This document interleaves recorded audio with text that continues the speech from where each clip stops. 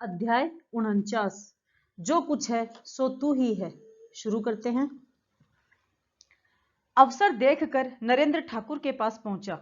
इस समय ठाकुर कष्ट में नहीं लग रहे थे। मन शांत था और चेहरे पर सहज मुस्कान थी। सहसा नरेंद्र का मन बदल गया। पूछने तो वह कुछ और आया था, किंतु उसे लगा कि यह पूछने का नहीं, मांगने का अवसर था। सबकी तो बन आई, कुछ मुझे भी तो दीजिए। स्वयं अपने स्वर की दीनता पर उसे आश्चर्य हुआ। वह ठाकुर के स्नेह में इतना पगा हुआ था कि उसने कभी अपने और ठाकुर के मध्य इतनी दूरी ही नहीं पाई थी कि उसे दीन होना पड़ता।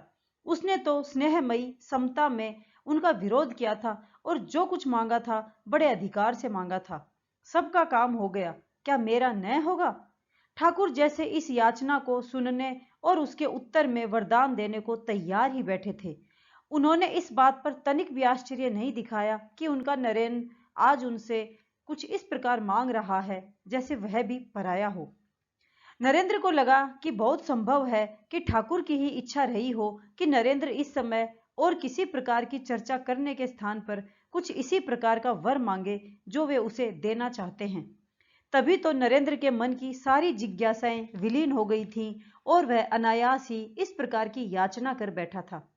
नरेंद्र ने अनेक बार देखा था कि ठाकुर के सम्मुख पहुंचकर लोगों की मनःस्थिति ठाकुर की इच्छा के अनुकूल ही हो जाती थी। यदि वे अवतार थे तो वे ईश्वर का ही रूप थे। यह प्रकृति उन्हीं की चाकर थी, तो फिर उनकी इच्छा के अनुकूल ही परिवर्तित क्यों न हो जाती। तू अपने घर का कोई प्रबंध करके आ जा, सब हो जाएगा, वे अत्यंत सहज भाव से बोले। यह पहला अवसर नहीं था जब ठाकुर ने उसे अपने परिवार के दायित्व से सर्वथा निवृत्त हो जाने के लिए कहा था। वे कितनी ही बार इस प्रकार के संकेत कर चुके थे। कभी वे उसकी चिंता को अनावश्यक बताते थे, कभी उस दायित्व से मुक्त हो जाने को कहते थे। और ये ठाकुर ही तो थे जो अनेक लोगों को उपदेश देते थे कि उन्हें पहले अपने असहाय माता पिता का पोषण करना चाहिए।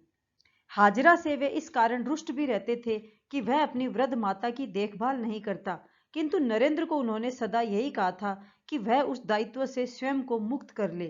क्या उन्होंने उसके परिवार के दायित्व को स्वयं ग्रहण कर लिया है?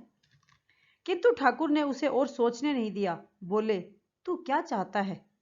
नरेंद्र जानता था कि यही वह अवसर था जब उसे बहुत सोच समझकर बोलना चाहिए था। जब ठाकुर देने को प्रस्तुत थे तो वह वही मांगे जो उसे चाहिए था, और उतना मांगे जितना चाहिए था। वह कम क्यों मांगे, छोटी चीज क्यों मांगे? मेरी इच्छा है, वह बोला, 3-4 दिनों तक निर्विघ्न अनवरत समाधि लीन रहा करूं। बस यदा कदा थोड़ा भोजन करने के लिए उठूं। उसकी बात से ठाकुर प्रसन्न नहीं दिखे।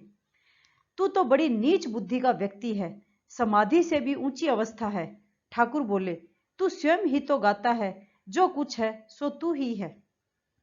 नरेंद्र को स्मरण हो आया, बहुधा ठाकुर कहा करते थे कि समाधि से उतरकर मन देखता है कि ईश्वर ही जीव और जगत के रूप में प्रकट हुए हैं। यह अवस्था ईश्वर कोटि की हो सकती है। वे कहते हैं न कि जीव कोटि समाधि की अवस्था को प्राप्त करता है, किंतु फिर वह उससे नीचे नहीं उतर सकता। ठाकुर उसे ईश्वर कोटि का मनुष्य मानते हैं और समाधि से भी उच्चतर अवस्था प्राप्त कराना चाहते हैं।